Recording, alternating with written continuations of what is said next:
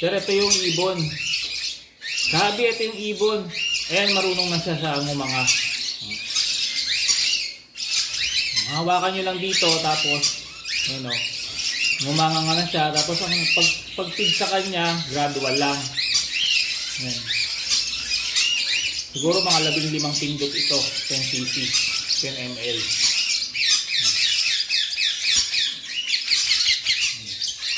Naubos niya 10 ml. Yan. Okay, ibon. Ito po yung feathering niya, oh. Tumutubo ng maayos. Ayan, full crack na siya. Ito yung katawan niya. Oh, maganda yung katawan, mataba. 2 times feeding lang tayo, no? 8 AM tapos 8 PM. Tapos in between, bigyan nyo lang ng papayang. Kasing laki nung kuko natin sa daliri na to. Kaya na laki, sa thumb finger. Kasing laki lang po nung kuko. Ganun lang po yung bibigay nyo na papaya. In between ng feeding. Okay? Salamat po sa tiwala. Enjoy ang feeding, Gabi.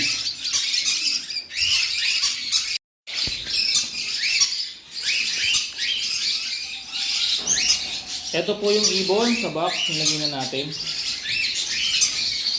Ito po yung pre-formula, kalahating kilo. May rubber tube din siya kasi sanay siya sa rubber tube.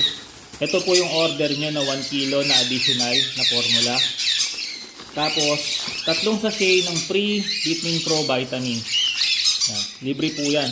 Kasama sa pagpapalaki ng ibon natin. Okay?